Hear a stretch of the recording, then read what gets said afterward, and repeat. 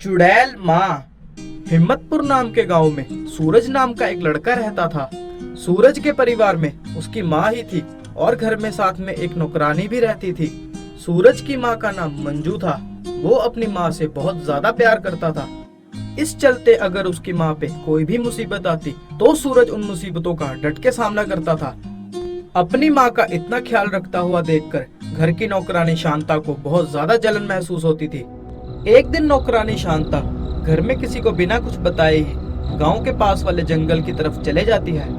जंगल में पहुंचकर वो एक झोपड़ी के अंदर चले जाती है और अंदर जाकर एक डरावनी चुड़ैल में बदल जाती है और वो कोसती कोसती अपने आप से बातें करने लगती है। वो मेरे बारे में कुछ नहीं जानता, वो सिर्फ मंजू से प्यार करता है। मैं ये सब नहीं देख सकती, उससे ये सब बर्दाश्त नहीं होता। मुझे बदला चाहिए, मुझे मेरा बदला चाहिए, मैं अपना बदला लेके रहूंगी। शांता इतना कहकर झोपड़ी से बाहर निकलती है और अपने इंसानी रूप में वापस आ जाती है। शांता फिर घर की तरफ चले जाती है।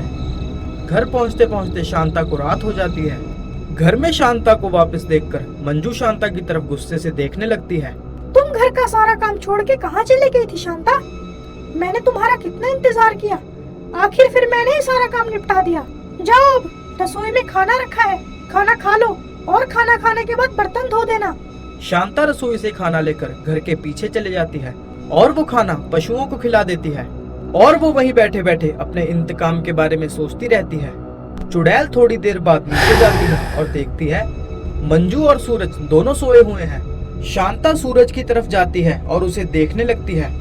उसको देखते देखते उसकी आंखों से आंसू निकलने लग जाते हैं। फिर शांता जब मंजू की तरफ देखती है उसको गुस्सा आ जाता है और उसकी आंखें लाल हो जाती हैं। वो कुछ देर ऐसे ही मंजू को गुस्से से देखती रहती है, फिर वहाँ से चले जाती है। अगली सुबह। सूरज बेटा, मंजू मेम साहब तो मंदिर गई हैं। अगर तुम्हें कुछ भी चाहिए तो मेरे से मांग लेना। ठीक है शांता भाई। सूरज नौकरानी के हाथों से दूध का गिलास लेता है और उसे पी लेता है। दूध पीने के थोड़ी देर बाद ही वो वहीं पे बेहोश हो जाता है। सूरज के बेहोश होते ही नौकरानी अपने चुड़ैल वाले रूप में वापस आ जाती है और अपने जादू से सूरज को उठाकर बिस्तरे पे लेटा देती है और वहीं पास बैठकर मंजू के घर वापस आने का इंतजार करने लगती है। थोड़ी देर बाद मंजू घर वापस आ जाती है। तभी चुड़ैल बिना समय गवाए मंजू के ऊपर हमला कर देती है।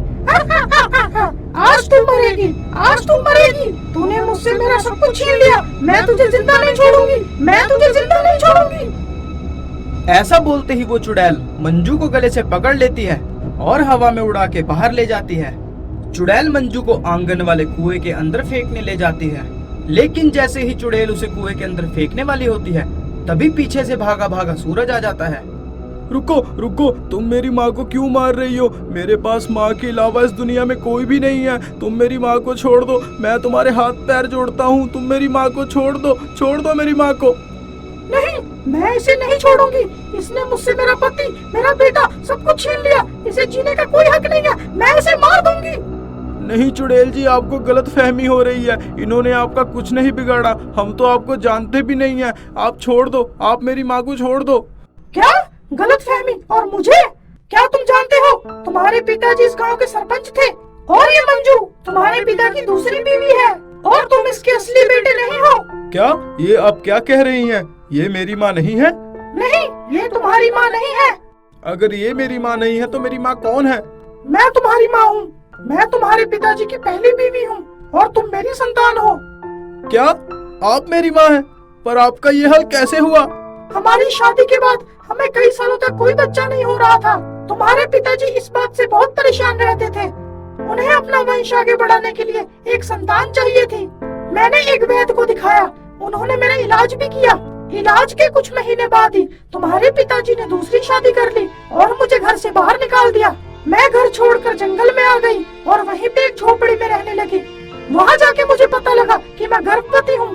तभी मैंने फैसला कर लिया, जिस आदमी ने मुझे घर से धक्के मार के निकाला, मैं उसे तुम्हें कभी नहीं सौंपूंगी। पर कहीं से तुम्हारे पिताजी को पता चल गया कि मैंने एक लड़के को जन्म दिया है। वो मेरे पास आए और तुम्हें मुझसे छीन लिया। मैंने इस चीज का विरोध भी किया।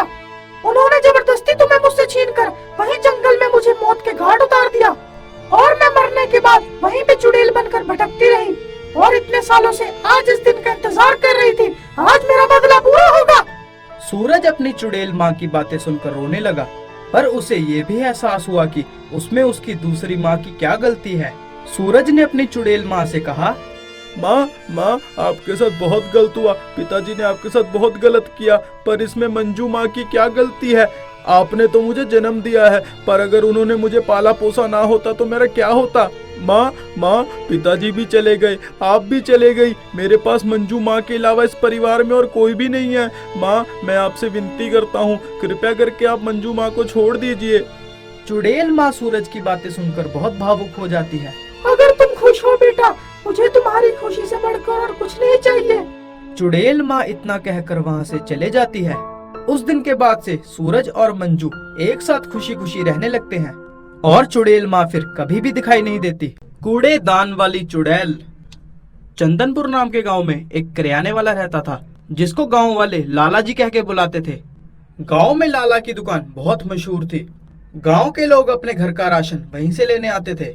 उसी गांव के बाहर एक कूड़े का ढेर था। पूरे गांव का कूड़ा वहीं पे गिराया जाता था। वहां पे इतनी ज्यादा गंदगी थी कि लोग वहां पे जाना बिल्कुल भी पसंद नहीं करते थे। कूड़े के ढेर के पीछे एक खंडहर था, जिसके अंदर एक चुड़ैल रहा करती थी। एक तो गंदी बदबू, ऊपर से चुड़ैल का वास। लोग वहां पे रात को बिल्कुल भी जाया नहीं करते थे। सुबह सिर्फ एक गाड़ी वहां पे गांव का कूड़ा फेंक कर आ जाया करती थी। गांव वाले उस चुड़ैल को कूड़े वाली चुड़ैल कहा करते थे, क्योंकि उस चुड़ैल को गंदगी में रहना ही पसंद था। एक दिन लाला जी की दुकान पे एक ग्राहक आया। अरे लाला जी 1 किलो दाल दे दो। थोड़ी देर बाद वो ग्राहक फिर से दुकान पे आया। अरे लाला जी ये दाल तो एकदम खराब है, ये कैसी दाल आपने दे दी? कोई बात नहीं बेटा, मैं तुम्हें दूसरी दाल दे देता हूँ। अरे लाला जी ये दाल भी खराब है, रहने दो, मैं कहीं और से ही ले लूंगा। वैसे ही आजकल आपकी दुकान में हर सामान सड़ा गला ही मिलता है लाला जी। लाला जी ने अपने नौकर चंदू को बुलाया और कहा, अरे ओ चंदू, जरा ध्यान रखा कर सामान का। सफाई का तो तुझे बिल्कुल भी ध्यान नहीं रहता चंदू। सारा सामान गल सड़ रहा है, देखना कहीं वो चुड़ैल ना यहाँ पे आ जाए गंदगी के कारण। तभी कई सालों बाद वो चुड़ैल अपने खंडहर से बाहर निकली और बोली, अरे कितने सालों बाद मैं बाहर आई हूँ।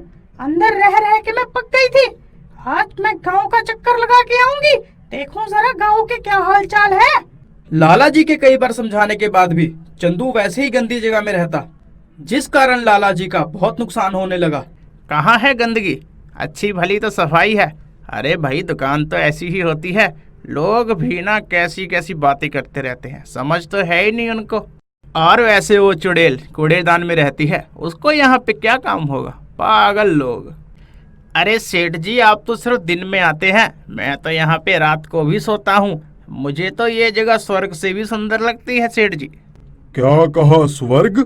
ये जगह तो नर्क से भी बदतर हुई पड़ी है। ऐसी जगह पे तो चुड़ैलें रहती हैं, चुड़ैलें। अगर तूने कल सफाई नहीं की तो मैं तुम्हें काम से बाहर निकाल दूंगा। तभी वो चुड़ैल उड़ते उड़ते लाला की दुकान के बाहर से गुजरती है और उसे दुकान के अंदर से बदबू आ जाती है। अरे वाह, कितनी अच्छी बदबू आ रही है इस जगह से। जरा अंदर जाके तो देखो कैसी जगह है ये। अरे वाह, ये तो बहुत अच्छी जगह है। यहाँ पे तो खाने ही खाने को है। आज से मैं यहीं पे रहूंगी। चुड़ैल दुकान के अंदर घुस के तरह तरह की चीजों को खाना शुरू कर देती है। उस चुड़ैल को लाला की दुकान के अंदर बहुत मजा आने लगा। ये जगह तो कूड़ेदान से भी गंदी जगह है। आज से मैं यहीं पे रहूंगी। रात हो चुकी होती है, तभी चंदू दुकान के अंदर आता है। जैसे ही वो दुकान के अंदर घुसता है, उसे वो चुड़ैल नजर आ जाती है। वो चुड़ैल को देखकर चिल्लाने लगता है और वहाँ से बहुत तेज भागता है। चंदू भागता भागता सेठ के घर पहुँच जाता है और सेठ को जाके बोलता है, अरे अरे सेठ जी दुकान के अंदर चुड़ैल आ गई है, अब मैं क्या करूं? अरे चंदू घबराओ मत, कुछ नहीं होगा। अब होगी सफाई। उस चुड़ैल को सफाई बिल्कुल भी नहीं पसंद। कल जाके तुम दुकान की सफाई करोगे, फिर देखना चंदू, चुड़ैल तो क्या, एक चूहा भी दुकान के अंदर नहीं दिखेगा। सुबह होने से पहले चुड़ैल वहाँ से निकल के अपने खंडहर में वापस चले गई और चंदू ने बिना 1 मिनट गवाए दुकान की सफाई करनी शुरू कर दी। चंदू ने थोड़ी देर में ही दुकान को शीशे की तरह चमका दिया। अगली रात जब चुड़ैल दुकान में फिर से वापस आई, अरे ये क्या, दुकान का तो नक्शा ही बदल गया। इतनी सफाई तो मुझे पसंद ही नहीं है।